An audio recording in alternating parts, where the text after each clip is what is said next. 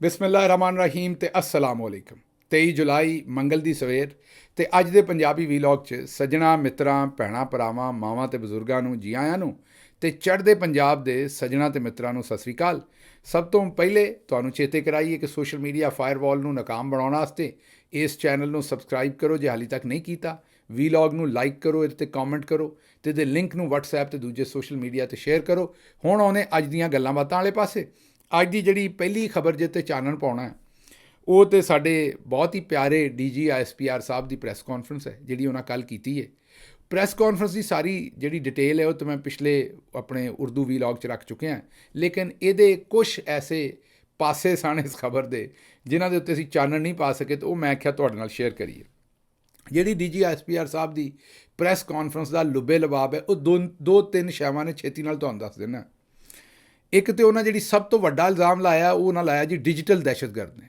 ਉਹਦੇ 'ਚ ਉਹਨਾਂ ਓਵਰਸੀਜ਼ ਪਾਕਿਸਤਾਨੀਆਂ ਨੂੰ ਰਗੜਿਆ ਕਿ ਇੰਤਸ਼ਾਰੀ ਢੋਲਾ ਹੈ, ਬਾਹਰ ਮੁਲਕ ਤੋਂ ਬੈਠਾ ਹੈ, ਇਹਨਾਂ ਦੀਆਂ ਪਤਾ ਕੋਈ ਨਹੀਂ, ਇਹਨਾਂ ਦੀਆਂ ਤਸਵੀਰਾਂ ਕੀ ਨੇ, ਕੌਣ ਨੇ, ਇਹ ਪਾਕਿਸਤਾਨੀ ਵੀ ਹੈ ਨੇ, ਮੁਸਲਮਾਨ ਵੀ ਹੈ ਨੇ, ਔਰ ਕੌਣ ਨੇ ਇਹਨਾਂ ਦੀ ਕੋਈ ਤਸਵੀਰ ਨਹੀਂ ਲੱਗੀ। ਮਤਲਬ ਕਿ ਬਨਾਮੀ ਕਿਸਮ ਦੇ ਇਹਨਾਂ ਦੇ ਸੋਸ਼ਲ ਮੀਡੀਆ ਜਾਂ ਨਾਮਾਲੂਮ ਸੋਸ਼ਲ ਮੀਡੀਆ ਜਾਂ ਖੁਫੀਆ ਸੋਸ਼ਲ ਮੀਡੀਆ ਦੇ ਅਕਾਊਂਟ ਬਣਾਏ ਨੇ ਤੇ ਉੱਥੋਂ ਬਹਿ ਕੇ ਪ੍ਰੋਪੇਗੈਂਡਾ ਕਰਦੇ ਨੇ।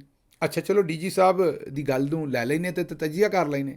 ਹੁਣ ਜਦੋਂ ਇਹਨਾਂ ਅਕਾਊਂਟਾਂ ਨੂੰ ਵੇਖੀਦਾ ਹੈ ਤੇ ਇਹਨਾਂ ਦਾ ਬੜਾ ਬਰੀਕੀ ਨਾਲ ਤਜਜ਼ੀਆ ਕਰੀਏ ਤੇ ਇਹ ਅਕਾਊਂਟ ਨਾ ਕੋਈ ਪਾਕਿਸਤਾਨ ਦੇ ਬੰਬ ਦਾ ਫਾਰਮੂਲਾ ਵੇਚਦੇ ਨੇ, ਨਾ ਪਾਕਿਸਤਾਨ 'ਚ ਲੋਕਾਂ ਨੂੰ ਆਂਦੇ ਨੇ ਕਿ ਫਲਾਣੇ ਨੂੰ ਮਾਰ ਦਿਓ, ਕੁੱਟ ਦਿਓ, ਫਲਾਣੇ ਦੇ ਖਿਲਾਫ ਖਲੋ ਜਾਓ। ਇਹ ਦੱਸਦੇ ਨੇ ਵੀ ਫਲਾਂ ਥਾਂ ਦੇ ਉੱਤੇ ਕਰਪਸ਼ਨ ਹੋਣ ਡਈ ਹੈ, ਫਲਾਂ ਨੇ ਇੰਨਾ ਪੈਸਾ ਖਾਧਾ ਹੈ। ਇਹਨਾਂ ਅਕਾਊਂਟਾਂ ਤੋਂ ਪਤਾ ਚੱਲਦਾ ਹੈ ਵੀ ਇਮਰਾਨ ਖਾਨ ਨੂੰ ਇਹ ਝੂਠੇ ਮੁਕੱਦਮੇ 'ਚ ਫਸਾ ਦਿੱਤਾ ਹੈ। ਇਹਨਾਂ ਅਕਾਊਂਟਾਂ ਤੋਂ ਪਤਾ ਚੱਲਦਾ ਹੈ ਕਿ ਜੋ ਜਿਹੜਾ ਜੰਜੂਆ ਮੁੰਡਾ 4-5 ਦਿਨ ਪਹਿਲਾਂ ਉੱਥੋਂ ਚੁੱਕਿਆ ਸੀ ਲਾਹੌਰ ਤੋਂ, ਆਪਣੇ ਘਰ ਤੋਂ ਚੁੱਕਿਆ ਸੀ, ਲਾਹੌਰ ਤੋਂ ਕਹਿੰਦੇ ਆ, ਆਪਣੇ ਘਰ ਤੋਂ ਚੁੱਕਿਆ ਸੀ, ਉਹਨੂੰ ਚੁੱਕਣ ਤੋਂ ਬਾਅਦ ਉਹਦੀ CCTV ਫੁਟੇਜ ਸਾਹਮਣੇ ਆਈ ਸੀ। ਉਹਦੇ ਘਰ ਦੇ ਵਿੱਚ ਉਹਦੀਆਂ ਮਾਵਾਂ ਭੈਣਾਂ ਸਾਰੀਆਂ ਖਵਾਤੀਨ ਮੌਜੂਦ ਨੇ। ਉਹਦੇ ਘਰ ਵੜ ਕੇ ਉੱਥੋਂ ਉਹਨੂੰ ਘਰੋਂ ਚੁੱਕਿਆ, CCTV ਫੁਟੇਜ ਸਾਰੀ ਦੁਨੀਆ ਵੇਖੀ। ਔਰ ਉਸ ਤੋਂ ਬਾਅਦ ਜਿਸ ਵੇਲੇ ਜੰਜੂਆ ਸਾਹਿਬ ਦੇ ਉੱਤੇ ਨਾ ਕੋਈ ਪਰਚਾ ਦਿੱਤਾ, ਨਾ ਦੱਸਿਆ ਵੀ ਇਹਨੂੰ ਕਾਹਦੇ ਵਾਸਤੇ ਚੁੱਕਿਆ।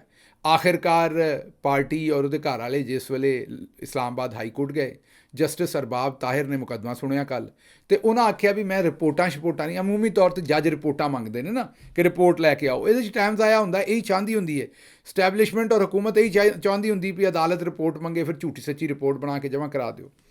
ਜਸਟਿਸ ਅਰਬਾਬ ਉਹੀ ਜੱਜ ਨੇ ਜਿਨ੍ਹਾਂ ਦੇ ਵਾਲਿਦ ਸਾਹਿਬ ਨੂੰ ਵੀ ਅਗਵਾ ਕਰਕੇ ਲਿਆਂਦਾ ਸੀ ਕੋਇਟਾ ਤੋਂ, ਉਹਨਾਂ 'ਤੇ ਪ੍ਰੈਸ਼ਰ ਪਾਉਣ ਵਾਸਤੇ।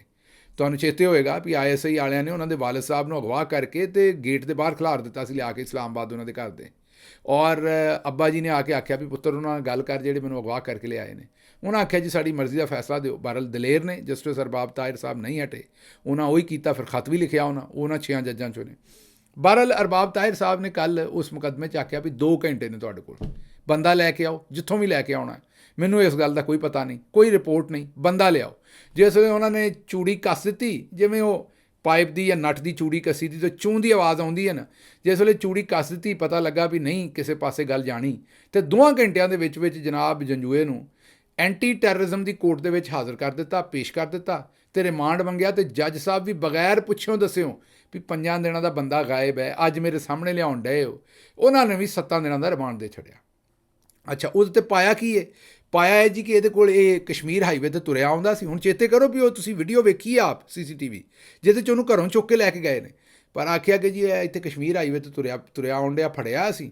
ਇਹਦੇ ਮੋਢੇ 'ਤੇ ਬੈਗ ਸੀ, ਇਹਨੇ ਬੈਗ ਦੇ ਵਿੱਚ ਲੈਪਟਾਪ ਵੀ ਸੀ ਤੇ iPad ਵੀ ਸੀ, ਤੇ ਨਾਲ ਇਹਦੇ ਬਰੂਦੀ ਮਵਾਦ ਸੀ ਫਟਣ ਵਾਲਾ, ਨਾਲ ਡੈਟੋਨੇਟਰ ਸੀ ਉਹਨੂੰ ਪਾੜਨ ਵਾਲਾ ਕੰਮ ਜਿਹੜਾ, ਤੇ ਨਾਲ ਕਲਾਸ਼ਨਕੋਵ ਵੀ ਸੀ, ਤੇ ਨਟ ਬੋਲਟ ਕਾਬਲੇ ਵੀ ਸਨ, ਉਹ ਜਿਹੜੇ ਬਾਲ ਬੈਰਿੰਗ ਵਗੈਰਾ ਬੰਬਾਂ 'ਚ ਪਾਉਂਦੇ ਨੇ। ਬੰਬ ਬਣਾਉਣ ਦਾ ਮਤਲਬ ਪੂਰਾ ਸਮਾਨ ਉਹਦੇ ਬੈਗ ਸੀ। ਉਹ ਇਹਨਾਂ ਫੜ ਲਿਆ ਉਹਨੂੰ ਤੇ ਦਹਿਸ਼ਤਗਰਦੀ ਦਾ ਪਰਚਾ ਦੇ ਛੱਡਿਆ। ਹੁਣ ਕਿਉਂਕਿ ਲੈਪਟਾਪ ਤੇ iPad ਵੀ ਨਿਕਲਿਆ ਵਿੱਚੋਂ ਤੇ ਡਿਜੀਟਲ ਹੋ ਗਿਆ ਤੇ ਨਾਲ ਬਰੂਦ ਨਿਕਲਿਆ ਤੇ ਦਹਿਸ਼ਤਗਰਦ ਹੋ ਗਿਆ। ਵਾਹ ਵਾਹ ਵਾਹ, ਜ਼ਬਰਦਸਤ। ਕਿਆ ਤੁਸੀਂ ਜਨਾਬ ਉਹਦਾ ਅਜਜ਼ਾਏ ਤਰਕੀਬੀ ਬਣਾਏ ਨੇ, ਇਕੱਠੇ ਕੀਤੇ ਨੇ ਤੁਸੀਂ ਸਾਰੇ। ਬਹਰਹਾਲ ਇਹ ਹੁਣ ਜਿਹੜੇ ਲੋਕ ਚੁੱਪ ਰਹਿਣਗੇ ਇਸ ਗੱਲ 'ਤੇ ਇਹ ਆਪਣਾ ਕੰਮ ਪਾਈ ਜਾਣਗੇ। ਹੁਣ ਜਿਹੜੇ ਮੁਲਕ ਤੋਂ ਅੰਦਰ ਬੈਠੇ ਨੇ ਉਹ ਤਾਂ ਚਲੋ ਵਿਚਾਰੇ ਕੁਝ ਕਰਦੇ ਨੇ, ਬੜੇ ਸਾਰੇ ਉੱਥੋਂ ਵੀ ਕਰਨ ਡਏ ਨੇ, ਪਰ ਬਹੁਤੇ ਚੁੱਪ ਰਹਿੰਦੇ ਨੇ। ਲੇਕਿਨ ਜਿਹੜੇ ਮੁਲਕ ਤੋਂ ਬਾਹਰ ਬੈਠੇ ਨੇ ਉਹ ਜ਼ਾਹਿਰ ਹੈ ਪੂਰੀ ਗੱਲ ਹੈ, ਪੂਰਾ ਝੂਠ ਜਿਹੜਾ ਉੱਤੇ ਚਾਨਣ ਪਾਉਣਗੇ ਸੋਸ਼ਲ ਮੀਡੀਆ 'ਤੇ ਕਿ ਜੀ ਇਹ ਝੂਠ ਹੈ, ਬੰਦਾ ਤਾਂ 4 ਦਿਨ ਪਹਿਲਾਂ ਫੜਿਆ, ਬਾਜੀ ਇਹ ਹੁਣ ਡਿਜੀਟਲ ਦਹਿਸ਼ਤਗਰਦੀ ਕਰਨ ਡਏ ਨੇ, ਇਹ ਇਲਜ਼ਾਮ ਹੈ ਉਹਨਾਂ 'ਤੇ। ਇਸੇ ਤਰ੍ਹਾਂ ਮੁਦੱਸਰ ਨਾਂ ਦਾ ਮੁੰਡਾ, ਕੱਲ੍ਹ ਤੱਕ DG ISPR ਸਾਹਿਬ ਜਿਹੜੇ ਹਜੇ ਵੀ ਲੈਫਟੀਨੈਂਟ ਜਨਰਲ ਬਣ ਕੇ ਬੈਠੇ ਨੇ, ਉਹ ਉਹਨੂੰ ਹੀਰੋ ਦੇ ਤੌਰ ਤੇ ਟਰੀਟ ਕਰਨ ਡਏ ਸਨ। ISPR ਦੇ ਵਿੱਚ ਉਹਦੇ ਨਾਲ ਫੋਟੋ ਖਿੱਚਣ ਡਏ ਨੇ, ਤੇ ਅੱਜ ਉਹੀ ਜਿਹੜਾ ਮੁਦੱਸਰ ਹੈ ਉਹ ਡਿਜੀਟਲ ਦਹਿਸ਼ਤਗਰਦ ਕਰਾਰ ਦੇ ਦਿੱਤਾ ਅਤੇ ਉਹਨੂੰ ਚੁੱਕਿਆ ਹੋਇਆ। ਅੱਛਾ, ਹੁਣ ਓਵਰਸੀਜ਼ ਪਾਕਿਸਤਾਨੀ ਕੀ ਕਰਨ ਡਏ ਨੇ? ਉਹ ਬਸ ਇਹ ਸੱਚ ਤੁਹਾਨੂੰ ਦੱਸਣ ਡਏ ਨੇ।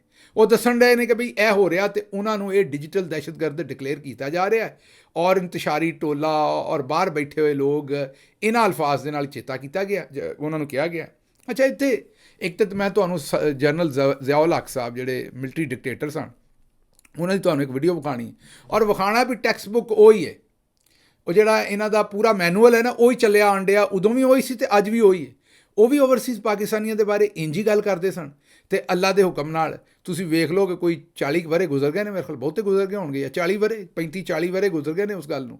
ਹਜੇ ਵੀ ਜਿਹੜਾ ਉਹੀ ਟੈਕਸਟ ਬੁੱਕ ਹੈ, ਉਹੀ ਮੈਨੂਅਲ ਹੈ, ਉਹੀ ਸੋਚ ਹੈ, ਔਰ ਉਹੀ ਅੰਦਾਜ਼ ਹੈ, ਔਰ ਉਹੀ ਅਲਫਾਜ਼ ਨੇ।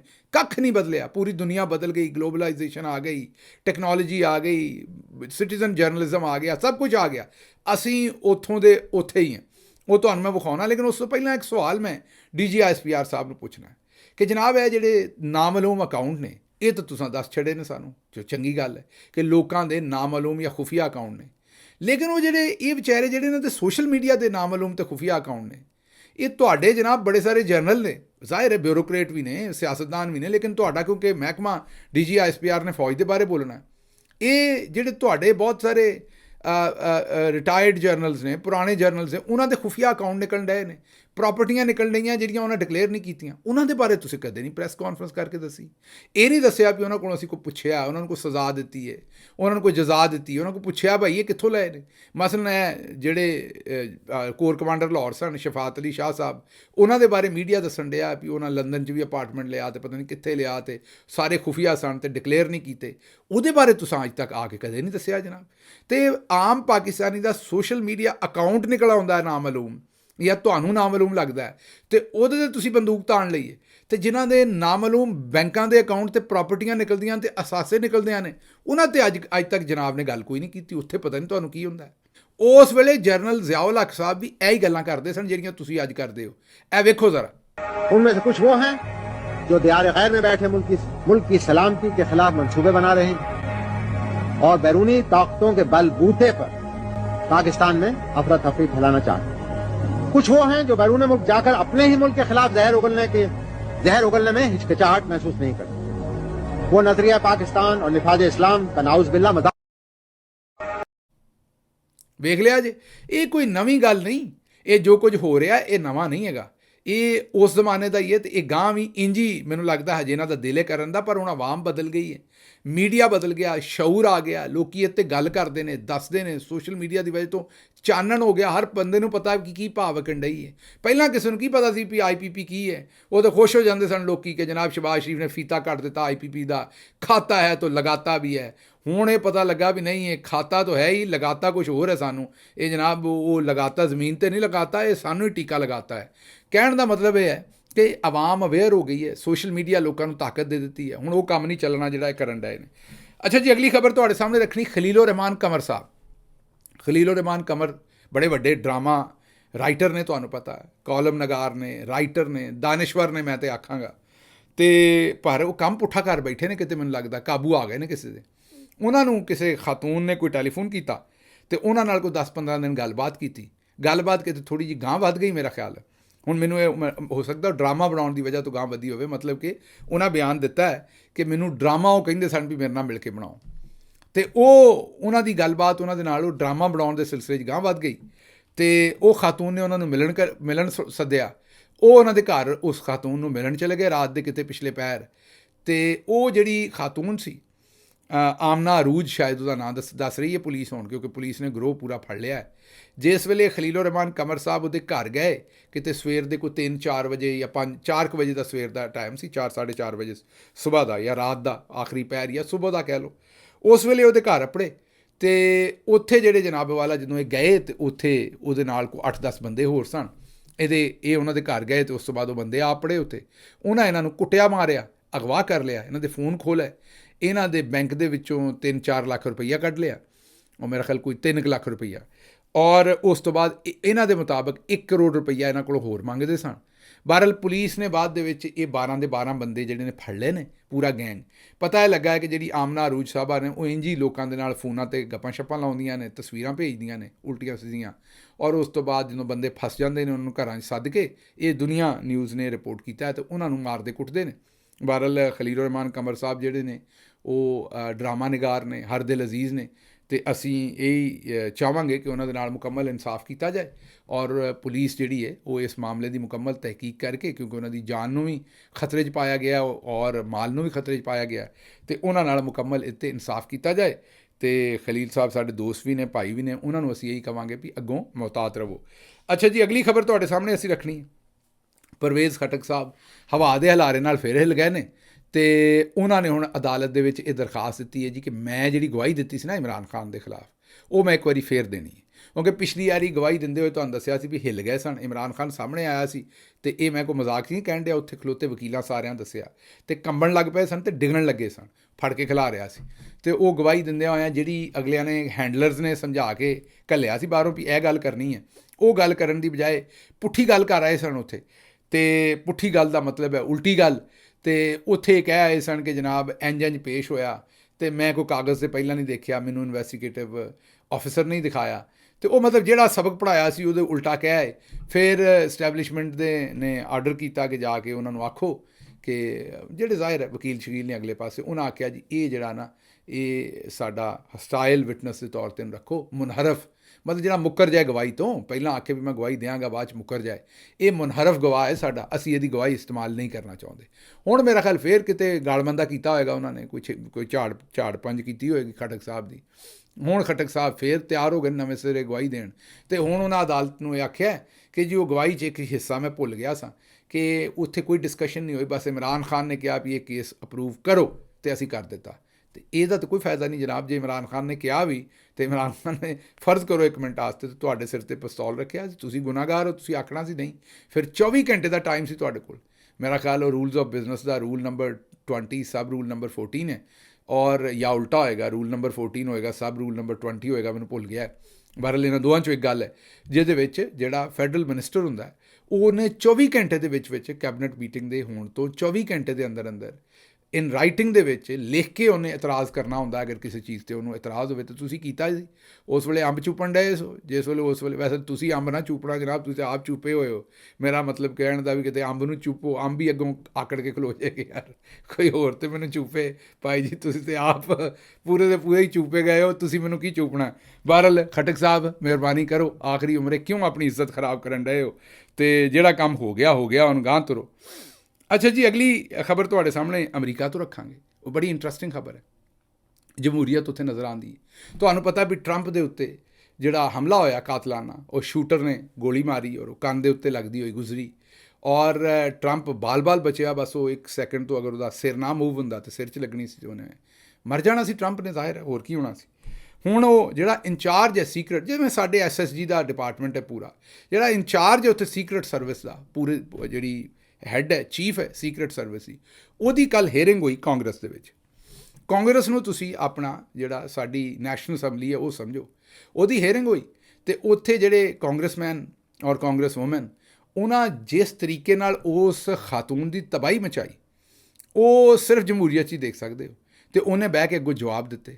ਸਾਡੇ ਮਸਲ ਸੋਚੋ, ਅਗਰ DG ISPR ਸਾਹਿਬ ਨੂੰ ਸੱਦ ਕੇ ਇੰਜ ਸਵਾਲ ਜਵਾਬ ਹੋਣ, ਔਰ ਉਹਨਾਂ ਨੂੰ ਦੱਸਿਆ ਜਾਏ ਕਿ ਜਨਾਬ ਆਲੀਏ ਤੁਸੀਂ ਆਮ ਜਿਹੜੀ ਪਬਲਿਕ ਹੈ ਉਹਨਾਂ ਨੂੰ ਇੰਤਸ਼ਾਰੀ ਟੋਲਾ ਅਤੇ ਸਿਆਸੀ ਟੋਲਾ ਅਤੇ ਇਹੋ ਜਿਹੇ ਲਫ਼ਜ਼ ਤੁਸੀਂ ਇਸਤੇਮਾਲ ਕਰਦੇ ਹੋ, ਅਤੇ ਕਿਵੇਂ ਕਰਦੇ ਹੋ, ਕਿੰਨੇ ਇਜਾਜ਼ਤ ਦਿੱਤੀ ਤੁਹਾਨੂੰ ਇਹੋ ਜਿਹੇ ਡੈਰੋਗੇਟਰੀ ਟਰਮਜ਼ ਯੂਜ਼ ਕਰਨ ਦੀ।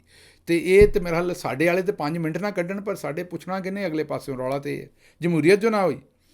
ਹੁਣ ਉੱਥੇ ਇੰਟਰਸਟਿੰਗ ਗੱਲ ਸਭ ਤੋਂ ਵੱਡੀ ਮੈਂ ਦੱਸਣਾ, ਇਹ ਸਾਡੇ ਮੁਲਕ 'ਚ ਸਭ ਤੋਂ ਆਜ਼ਾਦ ਔਰ ਗੁਲਾਮ ਕੌਮਾਂ ਜਿਹੜਾ ਮੈਂ ਇੱਕ ਫ਼ਰਕ ਵੇਖਿਆ ਨਾ, ਇੱਕ ਫ਼ਰਕ ਕਿ ਉੱਥੇ ਕਲੈਰਿਟੀ ਆਫ ਥਾਟ ਹੁੰਦਾ ਹੈ।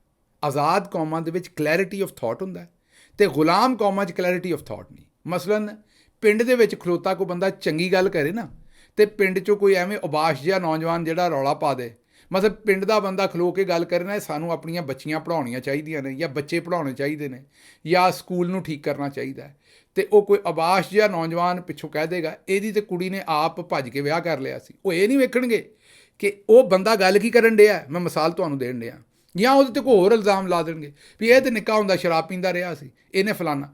ਮੇਨ ਡਾਇਵਰਟ ਕਰ ਦੇਣਗੇ ਗੱਲ ਨੂੰ। ਗੱਲ ਡਾਇਵਰਟ ਕਰਕੇ ਜਿਹੜੀ ਚੰਗਾ ਕੰਮ ਹੋਣ ਡਿਆ ਉਹਦੇ 'ਤੇ ਨਹੀਂ, ਕਿਉਂਕਿ ਸਾਡੀ ਸੁਸਾਇਟੀ ਜਿਹੜੀ ਹੈ ਨਾ ਉਹ ਰਿਗਰੈਸਿਵ ਹੈ ਬੜੀ, ਉਹ ਐਬ ਲੱਭਦੀ ਹੈ। ਕਦੇ ਤੁਸੀਂ ਕਿਸੇ ਬੰਦੇ ਨੂੰ ਚੰਗੀ ਤਰ੍ਹਾਂ ਸਵਾਇਆ, ਸਾਡੀਆਂ ਜਿਹੜੀਆਂ ਭੈਣਾਂ ਨੇ, ਬੀਬੀਆਂ ਨੇ, ਜਦੋਂ ਵਿਆਹਾਂ 'ਤੇ ਜਾਂਦੀਆਂ ਨੇ ਅਤੇ ਜਾਂ ਖਾਣਿਆਂ 'ਤੇ ਜਾਂਦੀਆਂ ਨੇ, ਅਤੇ ਇਹ ਸਿਰਫ ਇੱਕ ਦੂਜੇ ਨੂੰ ਐਪਰੀਸ਼ੀਏਟ ਕਰਦੀਆਂ ਨੇ ਵੀ ਤੇਰਾ ਜੋੜਾ ਬੜਾ ਚੰਗਾ ਹੈ, ਇੱਥੇ ਇਹ ਬੜਾ ਚੰਗਾ ਹੈ।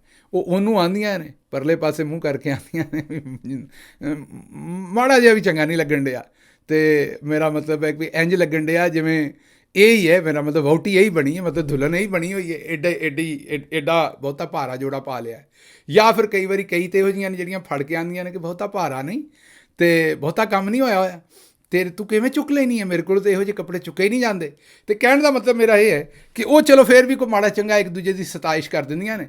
ਬਾਕੀ ਸਾਡੀ ਸੁਸਾਇਟੀ 'ਚ ਚੰਗਾ ਕੰਮ ਕਰੋ ਅਤੇ ਹਰ ਬੰਦਾ ਤੁਹਾਨੂੰ ਥੱਲੇ ਖਿੱਚੇਗਾ, ਅਤੇ ਜਿਸ ਵੇਲੇ ਥੱਲੇ ਡਿੱਗ ਪਓ ਤਾਂ ਉਸ ਵੇਲੇ ਹੱਸਣਗੇ ਬਹਿ ਕੇ ਵੀ ਚੰਗਾ ਹੈ ਥੱਲੇ ਡਿੱਗਿਆ। ਜਿਸ ਵੇਲੇ ਆਪ ਡਿੱਗਣਗੇ ਉਸ ਵੇਲੇ ਰੋਣਗੇ। ਅਤੇ ਮਤਲਬ ਕੋਈ ਜਿਹੜੀ ਇੱਕ ਹੈ ਨਾ ਇੱਕ ਸੈਲੀਬ੍ਰੇਸ਼ਨ ਦੀ ਫੀਲਿੰਗ ਕਿ ਯਾਰ ਕੋਈ ਹੋਰ ਉੱਤੇ ਗਿਆ ਹੈ ਅਤੇ ਖੁਸ਼ ਹੋਵੋ। ਮਸਲਨ ਤੁਸੀਂ ਉੱਤੇ ਜਾਓ ਤਾਂ ਤੁਹਾਡੇ ਮਹੱਲੇ ਵਾਲਾ, ਤੁਹਾਡੇ ਪਿੰਡ ਵਾਲਾ, ਤੁਹਾਡੇ ਨਾਲ ਵਾਲਾ ਬੰਦਾ ਲੋਕਾਂ ਨੂੰ ਦੱਸਦਾ ਫਿਰੇਗਾ ਯਾਰ ਇਹ ਜਿਸ ਵੇਲੇ ਨਿੱਕਾ ਹੁੰਦਾ ਸੀ ਨਾ ਅਤੇ ਇਹ ਲੋਕਾਂ ਦੇ ਨਾ ਬਲਬ ਭੰਨ ਦਿੰਦਾ ਸੀ, ਫਲਾਣਾ। ਮਤਲਬ ਇਹ ਨਹੀਂ ਦੱਸਣਗੇ, ਕੋਈ ਚੰਗੀ ਗੱਲ ਨਹੀਂ ਦੱਸਣਗੇ ਉਹਦੀ। ਜਾ ਕੇ ਪੁੱਛ ਕੇ ਵੇਖ ਲਿਓ। ਜਿਹੜਾ ਬੰਦਾ ਵੀ ਕਿਤੇ ਅੱਪੜ ਜਾਏਗਾ ਨਾ, ਕੋਈ ਉਹਦੀ ਚੰਗਿਆਈ ਨਹੀਂ ਕਰਨੀ ਕਿ ਯਾਰ ਚਲੋ ਇਹਦੀ ਵਜ੍ਹਾ ਤੋਂ ਕੋਈ ਸਾਨੂੰ ਵੀ, ਸਾਡੇ ਵਾਸਤੇ ਵੀ ਕੋਈ ਚੰਗੀ ਗੱਲ ਹੈ, ਸਾਡੇ ਲਈ ਵੀ ਫਖਰ ਦੀ ਗੱਲ, ਉਹਦੀ ਕੋਈ ਨਾ ਕੋਈ ਭੈੜੀ ਗੱਲ ਦੱਸਣੀ ਹੈ। ਇਹ ਸਾਡੀ ਹੁਣ ਕਰੀਏ ਕੀ, ਇਹ ਸਦੀਆਂ ਤੋਂ ਸਾਡੇ ਅੰਦਰ ਗੰਦਗੀ ਹੈ, ਚੱਲਦੀ ਆ ਰਹੀ ਹੈ, ਅਤੇ ਅਸੀਂ ਸਤਾਇਸ਼ ਨਹੀਂ ਕਰਨੀ ਕਿਸੇ ਦੀ। ਬਹਰਹਾਲ ਇਹ ਹੁਣ ਤੁਸੀਂ ਆਖੋਗੇ ਵੀ ਕਿੱਧਰ ਦੀ ਗੱਲ ਕਿੱਧਰ ਚਲੇਗੀ, ਮੈਂ ਦੱਸਣਾ ਤੁਹਾਨੂੰ ਕਿਉਂ। ਹੁਣ ਉਹ ਜਿਹੜੀ ਲੌਰਨ ਬੋਬਰਟ ਜਿਹੜੀ ਇੱਕ ਕਾਂਗਰਸ ਵੂਮਨ ਹੈ ਜਿਹਨੇ ਇਹਦੀਆਂ ਤਬਾਹੀਆਂ ਮਚਾਈਆਂ ਸੀਕਰਟ ਸਰਵਿਸ ਵਾਲੀ ਦੀਆਂ, ਉਹਨੂੰ ਆਖਿਆ ਵੀ ਤੂੰ ਫੇਲ ਹੋ ਗਈ ਹੈ, ਤੂੰ 3rd ਕਲਾਸ ਸਰਵਿਸ ਦਿੱਤੀ ਹੈ, ਤੂੰ ਰਿਜ਼ਾਈਨ ਦੇ ਦੇ, ਤੇਰੀ ਜਿਹੜੀ ਪਰਫਾਰਮੈਂਸ ਹੈ ਉਹ ਇਤਨੀ ਪੂਅਰ ਹੈ, ਤੂੰ ਇੱਥੇ ਝੂਠ ਬੋਲਿਆ ਸਾਡੇ ਨਾਲ, ਤੂੰ ਇਹ ਕੀਤਾ। ਹੁਣ ਅਗਰ ਇਹ ਪਾਕਿਸਤਾਨ ਹੁੰਦੀ ਨਾ ਲੌਰਨ, ਇਹਦੇ ਨਾਲ ਕੀ ਹੋਣਾ ਸੀ ਮੈਂ ਤੁਹਾਨੂੰ ਦੱਸਣਾ। ਲੌਰਨ ਜਿਹੜੀ ਉਹ ਕਲੋਰਾਡੋ ਤੋਂ ਕਾਂਗਰਸ ਵੂਮਨ ਹੈ। ਇਹ ਹੁਣ ਤੋਂ ਕੋਈ ਚੰਦ ਮਹੀਨੇ ਪਹਿਲਾਂ ਆਪਣੇ ਬॉयਫ੍ਰੈਂਡ ਜਾਂ ਪਾਰਟਨਰ ਜਾਂ ਮੈਨੂੰ ਨਹੀਂ ਪਤਾ ਸ਼ੌਹਰ ਕਿਹਦੇ ਨਾਲ, ਸ਼ੌਹਰ ਤਾਂ ਨਹੀਂ ਗਾਲਬਨ, ਲੇਕਿਨ ਚਲੋ ਜਿਹਦੇ ਨਾਲ ਵੀ, ਮੈਨੂੰ ਇਹ ਨਹੀਂ ਪਤਾ ਐਗਜ਼ੈਕਟਲੀ ਕਿਹਦੇ ਨਾਲ, ਸਿਨੇਮੇ ਦੇ ਵਿੱਚ ਫਿਲਮ ਵੇਖਣ ਗਈ ਥੀਏਟਰ ਦੇ ਵਿੱਚ। ਉੱਥੇ ਥੀਏਟਰ ਦੇ ਵਿੱਚ ਜਿਸ ਵੇਲੇ ਥੀਏਟਰ 'ਚ ਸੀ ਅਤੇ ਉੱਥੇ ਥੀਏਟਰ ਦੇ ਵਿੱਚ ਉਹ ਜ਼ਾਹਿਰ ਉਹਦੇ ਨਾਲ ਬੈਠੀ ਸੀ ਅਤੇ ਉਹਨਾਂ ਇੱਕ ਦੂਜੇ ਨੂੰ ਮੇਰਾ ਮਤਲਬ ਹੈ ਕਿ ਪਿਆਰ ਮੁਹੱਬਤ ਕੀਤਾ, ਜਿਹੜਾ ਇੱਥੇ ਤਾਂ ਆਮ ਹੈ ਨਾ, ਉੱਥੇ ਸਾਡੇ 'ਤੇ ਮਾਯੂਬ ਸਮਝਿਆ ਜਾਂਦਾ ਹੈ। ਅਤੇ ਉਹ ਜਿਹੜਾ ਇੱਕ ਦੂਜੇ ਨੂੰ ਛੇੜਛਾੜ ਕੀਤੀ, ਕੋਈ ਮੂੰਹ ਸ਼ੂੰ ਚੁੰਮਿਆ ਇੱਕ ਦੂਸਰੇ ਦਾ, ਅਤੇ ਉਹ ਜਿਹੜੇ ਨਾਲ ਬੰਦੇ ਬੈਠੇ ਸੀ ਉਹਨਾਂ ਇਤਰਾਜ਼ ਕੀਤਾ ਅਤੇ ਉਹਨਾਂ ਸਿਕਿਉਰਿਟੀ ਨੂੰ ਦੱਸਿਆ ਅਤੇ ਸਿਕਿਉਰਿਟੀ ਵਾਲਿਆਂ ਨੇ ਫੜ ਕੇ ਇਹਨਾਂ ਨੂੰ ਬਾਹਰ ਕੱਢ ਦਿੱਤਾ। ਉਸ ਵੇਲੇ ਤਾਂ ਕਿਸੇ ਨੂੰ ਨਹੀਂ ਪਤਾ ਲੱਗਾ ਵੀ ਇਹ ਕਾਂਗਰਸ ਵੂਮਨ ਹੈ, MNA ਹੈ ਇੱਥੋਂ ਦੀ, ਅਮਰੀਕਾ ਦੀ। ਉਹ ਬਾਅਦ ਦੇ ਵਿੱਚ ਜਿਸ ਵੇਲੇ ਉਹ, ਕਿਉਂਕਿ ਉਹਦੀ CCTV ਫੁਟੇਜ ਬਣ ਰਹੀ ਸਾਰੇ ਕੰਮ ਦੀ, ਉਹ ਕਿਸੇ ਅਖਬਾਰ ਵਾਲੇ ਨੂੰ ਪਤਾ ਲੱਗਾ ਅਤੇ ਉਹਨਾਂ ਫਿਰ ਖਬਰ ਦਿੱਤੀ। ਉਹ ਬੜੀ ਮੱਚੀ ਹੈ ਅਤੇ ਖਬਰ, ਅਤੇ ਉਹਨੇ ਬਾਅਦ ਦੇ ਵਿੱਚ ਮੇਰਾ ਖਿਆਲ ਹੈ ਉਹਦੇ 'ਤੇ ਅਪੋਲੋਜਾਈਜ਼ ਵੀ ਕੀਤਾ ਕਿ ਮੈਨੂੰ ਇੰਝ ਪਬਲਿਕ 'ਚ ਨਹੀਂ ਸੀ ਕਰਨਾ ਚਾਹੀਦਾ ਜਾਂ ਜੋ ਵੀ। ਲੇਕਿਨ ਮੈਂ ਇੱਥੇ ਤੁਹਾਨੂੰ ਇਹ ਦੱਸਣ ਡਿਆ ਵੀ ਉਹ ਐਡੀਆਂ ਤੱਤੀਆਂ ਗੱਲਾਂ ਕਰਨ ਡਈ ਹੈ ਸੀਕਰਟ ਸਰਵਿਸ ਵਾਲੀ ਚੀਫ ਦੇ ਉੱਤੇ। ਸਾਡੇ ਇਹ ਕੰਮ ਕੀਤਾ ਹੁੰਦਾ ਭਾਈ ਉਹਨਾਂ ਦੇ ਨਾਲ, ਉਹਨਾਂ ਨੇ ਉਹਦੀ ਉਹ ਵੀਡੀਓ ਫਿਰ ਜਾਰੀ ਕਰਵਾ ਦੇਣੀ ਸੀ ਲਿਫਾਫਿਆਂ ਨੂੰ ਦੇ ਕੇ, ਉਹਨੂੰ ਇਸ ਵੇਲੇ ਪੁਣ ਕੇ ਰੱਖ ਦੇਣਾ ਸੀ ਲੌਰਨ ਬੋਬਰਟ ਨੂੰ ਜੇ ਪਾਕਿਸਤਾਨ 'ਚ ਹੁੰਦੀ। ਉਹਨਾਂ ਆਖਣਾ ਸੀ ਵੇਖੋ ਜੀ ਇਹਦਾ ਕਿਰਦਾਰ, ਇਹ ਕਿੱਡੇ ਗੰਦੇ ਕੰਮ ਕਰਨ ਡਈ। ਅਗਲਿਆਂ ਇਹ ਨਹੀਂ ਆਖਿਆ ਉਹ ਕਾਂਗਰਸ ਵੂਮਨ ਹੈ, ਉਹਦਾ ਕਿਰਦਾਰ ਹੈ। ਉਸ ਵੇਲੇ ਆਵਾਮ ਨੇ ਉਹਦੀ ਜਹੀ ਤਹੀ ਫੇਰੀ ਜਿਸ ਵੇਲੇ ਹੋਇਆ, ਲੇਕਿਨ ਇਸ ਵੇਲੇ ਉਹ ਜਿਹੜੀ ਗੱਲ ਕਰਨ ਡਈ, ਉਹ ਸਵਾਲ ਪੁੱਛਣ ਡਈ ਵੀ ਤੂੰ ਕੀਤਾ ਕੀ ਹੈ। ਅੱਛਾ ਬੁਲਸ਼ਿਟ, ਉਹ ਜਿਸ ਵੇਲੇ ਉਹਨੇ ਆਖਿਆ ਵੀ ਨਹੀਂ ਇਹ ਕੀਤਾ ਮੈਂ, ਅਤੇ ਉਹਨੂੰ ਅੱਗੋਂ ਇੱਕ ਹੋਰ ਦੂਸਰੀ ਕਾਂਗਰਸਮੈਨ ਨੇ ਕਿਹਾ ਕਿ ਤੂੰ ਇਹ ਬੁਲਸ਼ਿਟ ਵੇਚਣ ਡਈ ਹੈ। ਡਿਸਗਸਟਡ ਫੀਲ ਕੀਤਾ ਅਸੀਂ, ਮਤਲਬ ਐਡੇ ਸਖਤ ਲਫ਼ਜ਼ ਉਹ ਨਾ ਆਖੇ, ਉਹਦੀ ਤਬਾਹੀ ਮਚਾ ਕੇ ਰੱਖ ਦਿੱਤੀ ਅਤੇ ਪਤਾ ਚੱਲਾ ਵੀ ਇਤਸਾਬ ਇਹਨੂੰ ਆਉਂਦੇ ਨੇ। ਲੇਕਿਨ ਸਾਡੇ ਤੁਸੀਂ ਆਪੇ ਵੇਖ ਲਓ ਜਿਹੜੇ ਮਾਮਲਾਤ ਨੇ ਸਾਡੇ, ਇਹੋ ਜਿਹੇ ਕੰਮ ਕੀ ਹੋਣੇ ਨੇ ਅਤੇ ਕੀ ਕਰਨੇ ਨੇ। ਅੱਛਾ ਜੀ, ਅਗਲੀ ਖਬਰ ਜਿਹੜੀ ਤੁਹਾਡੇ ਸਾਹਮਣੇ ਰੱਖਾਂਗੇ ਉਹ ਤੁਹਾਡੇ ਸਾਹਮਣੇ ਰੱਖਣੀ ਹੈ ਕਿ ਕੋਇਟਾ 'ਚ ਵੀ ਬੈਨਰ ਲੱਗੇ ਖੜੇ ਨੇ ਜਨਾਬ ਹੁਣ ਤੇ ਗੱਦਾਰੇ ਵਤਨ ਦੇ। ਅਗਲੀ ਖਬਰ ਤੁਹਾਡੇ ਸਾਹਮਣੇ ਕੁਇਕਲੀ ਰੱਖਣੀ ਹੈ ਕਿ ਤਲਬ 22,000 ਮੈਗਾਵਾਟ ਦੀ ਸੀ ਅਤੇ ਸ਼ਰੀਫ ਟੱਬਰ ਸਾਡੇ ਪਲਾਂਟ 43,000 ਮੈਗਾਵਾਟ ਦੇ ਲੱਗ ਗਿਆ। ਇਹਦੇ 'ਤੇ ਨਾ ਅੱਜ ਟਾਈਮ ਥੋੜ੍ਹਾ ਘੱਟ ਹੈ। ਇਹ ਮੈਂ ਚਾਹਾਂਗਾ ਆਪਣੀ ਟੀਮ ਨੂੰ ਕਿ ਇਹਨੂੰ ਦੁਬਾਰਾ ਰੱਖਣ ਇਸ ਪੂਰੀ ਖਬਰ ਨੂੰ, ਅਤੇ ਤੁਹਾਡੇ ਸਾਹਮਣੇ ਮੈਂ ਰੱਖਾਂਗਾ ਕਿ ਇਹ ਕਿਸ ਤਰ੍ਹਾਂ ਤੁਹਾਨੂੰ ਇਸ ਫੰਦੇ 'ਚ ਪਾਇਆ ਹੋਇਆ ਇਹ ਜਿਹੜੀ ਤੁਹਾਨੂੰ ਬਿੱਲ ਬਹੁਤੇ ਦੇਣ ਡਏ ਨੇ।